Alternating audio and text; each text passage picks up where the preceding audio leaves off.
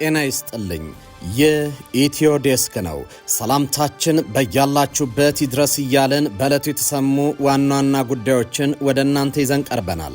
ቻናላችንን ላይክ፣ ሼር እና ሰብስክራይብ ታደርጉ ዘንድ እየጋበዝን የዕለቱን ዜናዎች አበይት ነጥቦቹን በማስቀደም አሁን እንጀምራለን። ግብጽና ኤርትራ ከበባውን ቀጥለውበታል። ኢትዮጵያን መተንፈሻ ለማሳጣት አደገኛ አካሄድ እየተከተሉ ነው። ከሰሞኑ የተፈራረሙ ስምምነት ይፋ የሆነ ሲሆን ጉዳዩን የተመለከተ ሰፊ ትንታኔም ወጥቷል። ትሰሙታላችሁ። ከአማራ ክልል አስደንጋጭ ሪፖርት ወጥቷል። ሪፖርቱ ነፍጥ ባነሱ ኃይሎች ንጹሃን ለሰቆቃ እየተዳረጉ መሆኑን ያረጋገጠ ሆኗል። ምንነግራችሁ ጉዳይ ነው። ህወሓት የፌዴራሉ መንግስት ከበባ እየፈጸመብኝ ነው ሲል ክስ አሰማ። ቡድኑ የተፈናቃዮችን እርዳታ ለፖለቲካ ጥቅም መዋሉን ክዷል። ዝርዝሩን ይዘናል። በኢራን ከባድ አመፅ ተቀስቅሷል። ሰልፈኞቹ አደባባይ ወጥተዋል። የተወደዳችሁ የቻናላችን ቤተሰቦች እነዚህንና ሌሎች መረጃዎችን ይዘናል። አሁን በዝርዝር ወደምንመለከታቸው መረጃዎች እናመራለን። አፓርትመንት በኮንዶሚኒየም ዋጋ እንኳን አደረሳችሁ። ከወዳጅነትና ከአራዳ ፓርክ ፊት ለፊት ባለ 1 መኝታ በ3.6 ሚሊዮን ጠቅላላ ዋጋ፣ ባለ 2 መኝታ በ5.8 ሚሊዮን ጠቅላላ ዋጋ፣ ባለ 3 መኝታ በ8.4 ሚሊዮን ጠቅላላ ዋጋ ቤቶችን እየሸጠን ነው። ልብ ይበሉ፣ ይህ ዋጋ 100% ለሚከፍሉ ደንበኞች 30% ቅናሽ ላደረግንባቸው ቤቶች ሲሆን 10% ከፍለው ቀሪውን የግንባታ ሂደት እያዩ መክፈል ለምትፈልጉ ደንበኞቻችን ባለ 2 መኝታ ከ840 ሺህ ብር ቅድመ ክፍያ ጀምሮ እንዲሁም ባለ 3 መኝታ ከ1.2 ሚሊዮን ቅድመ ክፍያ ጀምሮ ይዘንላችሁ መጥተናል። 60/40 የባንክ ብድር ያመቻቸን ሲሆን የዕድል የሚቆየው ለጥቂት ቤቶች ብቻ ስለሆነ ከታች ባስቀመጥነው የድርጅቱ ስልክ ፈጥነው ይደውሉ። ሜሪት ፕሮፐርቲስ። ግብጽና ኤርትራ ከበባውን ቀጥለውበታል። ኢትዮጵያን መተንፈሻ ለማሳጣት አደገኛ አካሄድ እየተከተሉ ነው። ከሰሞኑ የተፈራረሙ ስምምነት ይፋ የሆነ ሲሆን ጉዳዩን የተመለከተ ሰፊ ትንታኔም ወጥቷል። እስራኤል ለሶማሌላንድ እውቅና መስጠቷን ተከትሎ የግብጽ ፕሬዝዳንት አብዱልፈታህ አልሲሲ ኢትዮጵያን በወታደራዊ ኃይል ለመክበብ የቀይ ባህር ቀጠናን እያስታጠቁ መሆኑን አንድ የፖለቲካ ትንታኔ አመላክቷል። የሚድል ኢስት ፎረም ባልደረባ የሆኑት አሚን አዩብ ባወጡት ትንታኔ ጽሑፍ ካይሮ ከአረብ ሊግ የዲፕሎማሲ ጩኸት በስተጀርባ ከኤርትራና ከጅቡቲ ጋር ወታደራዊ ስምምነቶችን በድብቅ እየፈረመች መሆኑን አጋልጠዋል። እንደ ተንታኙ ገለጻ ግብጽ በኤርትራ የሚገኘውን አሰብ ወደብና በጅቡቲ የሚገኘውን ዶራሃይሌ ወደብ የጦር መርከቦች ለማስፈርና ወታደሮቿን ለማንቀሳቀስ የሚያስችላትን ስምምነት አግኝታለች። በቅርቡም የግብጽ ምክትል ጠቅላይ ሚኒስትር ካሜል አልዋዚር ወደ ጅቡቲ ያደረጉ ጉዞም ለኢኮኖሚያዊ ትብብር ተብሎ ቢገለጽም ዋናው ዓላማው ወታደራዊ ይዘት ያለው ነው ተብሏል። ግብጽ ይህን እርምጃ የወሰደችው የህዳሴ ግድብ እውን መሆኑን ተከትሎ ኢትዮጵያን በወታደራዊ ኃይል ማስፈራራት ግን በዲፕሎማሲ ብቸኛው አማራጭ አድርጋ በመውሰዷ ነው። ኢትዮጵያ የንግድ እንቅስቃሴ 95 በመቶ የምታስተናግደው ጅቡቲ ላይ ወታደራዊ ጫና ለመፍጠር አዲስ አበባን ኢኮኖሚያዊ ቀውስ ውስጥ ለመክተት የታቀደ የመታፈን ስትራቴጂ እንደሆነ ተንታኙ አስረድተዋል።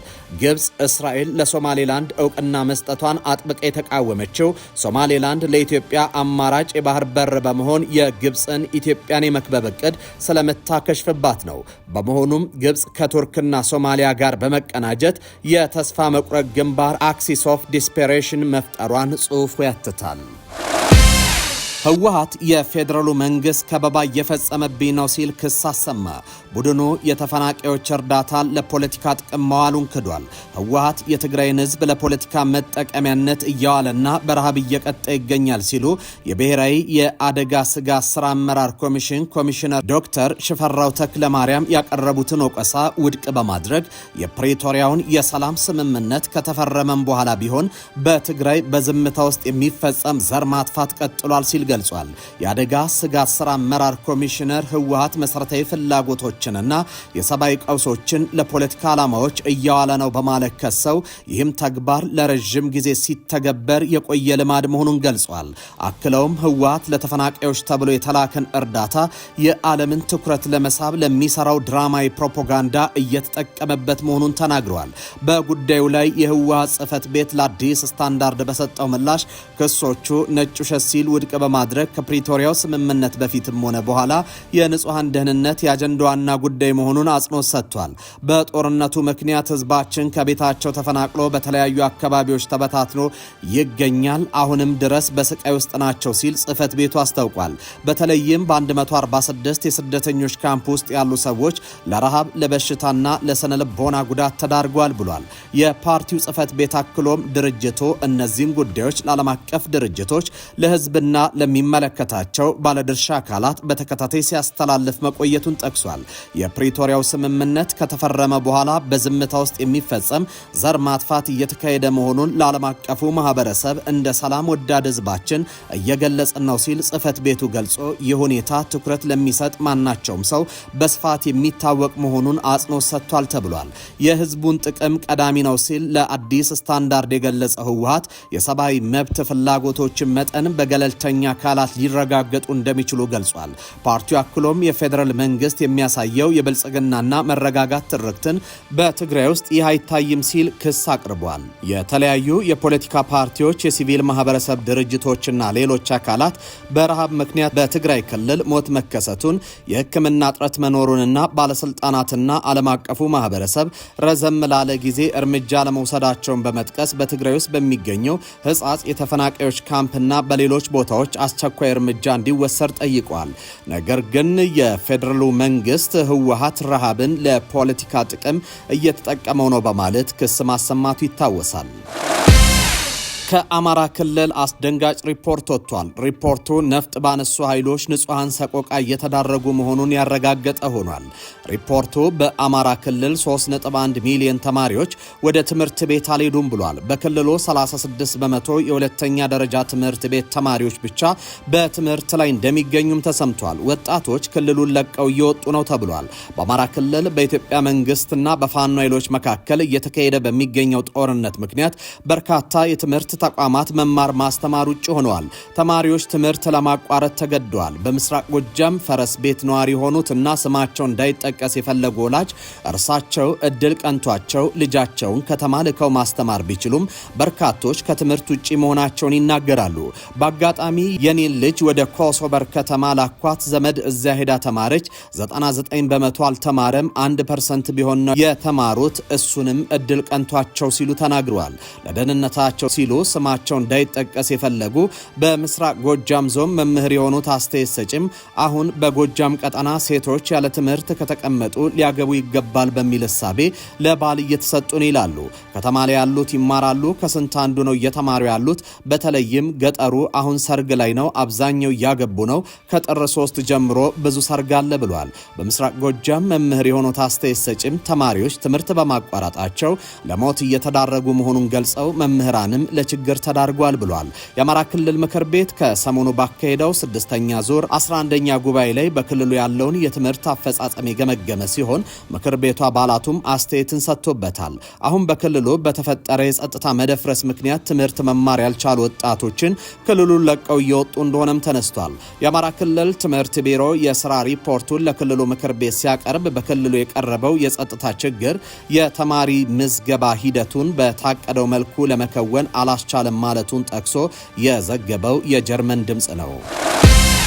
በኢራን የዋጋ ግሽበትና የገንዘብ የመግዛት ዋጋ መቀነስን ተከትሎ የተቀሰቀሱ ተቃውሞዎችና የስራ ማቆም አድማዎች ከዋና ከተማዋ ቴህራን ወደ ሌሎች በርካታ ከተሞች ተዛምተው ለ3 ቀናት ቀጥለዋል። ተቃውሞ የተቀሰቀሰው እሁድ ዕለት ሪያል ከአሜሪካ ዶላር ጋር ሲነጻጸር በከፍተኛ ደረጃ በማሽቆልቆሉ በቴህራን የሚገኘውን ግራንድ ባዛር ሰራተኞች የስራ ማቆም አድማ ካደረጉ በኋላ ነው።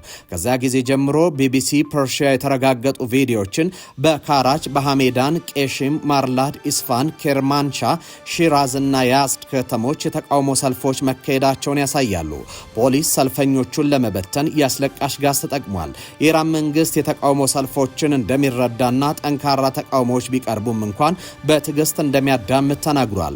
ፕሬዚደንት ማሱድ ፔዜሽኪያኒ ሰኞ ዕለት በኤክስ ገጻቸው ላይ እንደጻፉት የአገር ውስጥ ጉዳይ ሚኒስትሩ ከተቃዋሚዎቹ ተወካዮች ጋር ውይይት እንዲያደርጉ እንዲሁም ችግሮችን ለመፍታት በፍላጎትና በኃላፊነት ስሜት ለመንቀሳቀስ እርምጃ እንዲወስዱ መመሪያ ሰጥቷል። የኢራን ማዕከላዊ ባንክ ገዢ የነበሩት መሐመድ ፋሬዝ ያስገቡትን የሥራ መልቀቂያ ተቀብለው በምትካቸው የቀድሞ የኢኮኖሚና የፋይናንስ ሚኒስትር አብዱል ናስር ሄሚቲን ሾመዋል። የዩኒቨርሲቲ ተማሪዎች ሞት ለአምባገነኖች የሚሉ መፈክሮችን በማሰማት ተቃውሞውን ተቀላቅሏል። ይህም በኢራን ውስጥ የመጨረሻውን ስልጣን የያዙት የጠቅላይ መሪ አያቶላህ አሊ ከሚኒ የሚያመላክት ነው ተብሏል። አንዳንድ ተቃዋሚዎች እንደ አውሮፓውያን አቆጣጠር በ1979 የእስልምና አብዮት ከስልጣን የተወገዱ የሟቹን የሻህ መሐመድ ሬዛ ፓህላቪን ልጅ በመደገፍ ሻህ ለዘላለም ይኑሩ የሚሉ መፈክሮችን ሲያሰሙ ተሰምቷል። በምላሹም በዩናይትድ ስቴትስ በስደት የሚኖሩት ሬዛ ፓህላቪ በኤክስ ገጻቸው ላይ ከናንተ ጋር ነኝ፣ ዓለማችን ፍትሃዊ ስለሆነና አንድ ስለሆነን ድልኛ ነው ብለዋል። ይህ አገዛዝ በስልጣን ላይ እስካለ ድረስ የአገሪቱ የኢኮኖሚ ሁኔታ መንኮታኮቱን ይቀጥላል ሲሉ አክለዋል። የአሜሪካ የውጭ ጉዳይ ሚኒስቴር በኤክስ ገጹ ላይ በፋርስ ቋንቋ ለተቃውሞ ሰልፈኞች ድጋፍ ሰጥቷል። አሜሪካ ጥንካሬያቸውን እንደምታደንቅና ለዓመታት በማይሰሩ ፖሊሲዎችና ብልሹ የኢኮኖሚ አስተዳደር በኋላ ክብርና የተሻለ መጻኢ ዕድል ከሚፈልጉ ጎን እንደምትቆምም አስታውቋል። ሰኞ ዕለት የአሜሪካው ፕሬዝዳንት ዶናልድ ትራምፕ እና የአሜሪካው ጠቅላይ ሚኒስትር ቤንያሚን ኔታንያሁ በፍሎሪዳ በተደረገ ስብሰባ ኢራን ዋነኛ አጀንዳ ሆና እንደነበርም ተዘግቧል። ከውይይቱ በኋላ በነበረው ጋዜጣዊ መግለጫ ወቅት ትራምፕ በኢራን የስርዓት ለውጥ እንዲደረግ ይደግፉ እንደሆነ ተጠይቀው ከመመለስ ተቆጥበዋል። ነገር ግን ብዙ ችግሮች አሉባቸው፣ ከፍተኛ የዋጋ ግሽበት ኢኮኖሚያችን ወድቋል፣ ኢኮኖሚያችን ጥሩ አቋም ላይ አይደለምና ሰዎች ብዙም ደስተኛ እንዳልሆኑ አውቃለሁ ብሏል። ፕሬዝደንቱ አገሪቱ የባሊስቲክ ሚሳኤል ወይም የኒውክሌር ፕሮግራሟን የምትቀጥል ከሆነ እስራኤል ዳግም የምትፈጽመውን የአየር ጥቃት ሊደግፉ እንደሚችሉ ተናግረዋል። አፓርትመንት በኮንዶሚኒየም ዋጋ እንኳን አደረሳችሁ። ከወዳጅነትና ከአራዳ ፓርክ ፊት ለፊት ባለ 1 መኝታ በ3.6 ሚሊዮን ጠቅላላ ዋጋ፣ ባለ 2 መኝታ በ5.8 ሚሊዮን ጠቅላላ ዋጋ፣ ባለ 3 መኝታ በ8.4 ሚሊዮን ጠቅላላ ዋጋ ቤቶችን እየሸጥን ነው። ልብ ይበሉ፣ ይህ ዋጋ 100% ለሚከፍሉ ደንበኞች 30% ቅናሽ ላደረግንባቸው ቤቶች ሲሆን 10% ከፍለው ቀሪውን የግንባታ ሂደት እያዩ መክፈል ለምትፈልጉ ደንበኞቻችን ባለ 2 መኝታ ከ840 ሺህ ብር ቅድመ ክፍያ ጀምሮ እንዲሁም ባለ 3 መኝታ ከ1.2 ሚሊዮን ቅድመ ክፍያ ጀምሮ ይዘንላችሁ መጥተናል። 60/40 የባንክ ብድር ያመቻቸን ሲሆን የዕድል የሚቆየው ለጥቂት ቤቶች ብቻ ስለሆነ ከታች ባስቀመጥነው የድርጅቱ ስልክ ፈጥነው ይደውሉ። ሜሪት ፕሮፐርቲስ። ተመልካቾች ለሰዓቱ የነበሩን ዜናዎች እኚህ ነበሩ። በያላችሁበት ሰናይ ጊዜ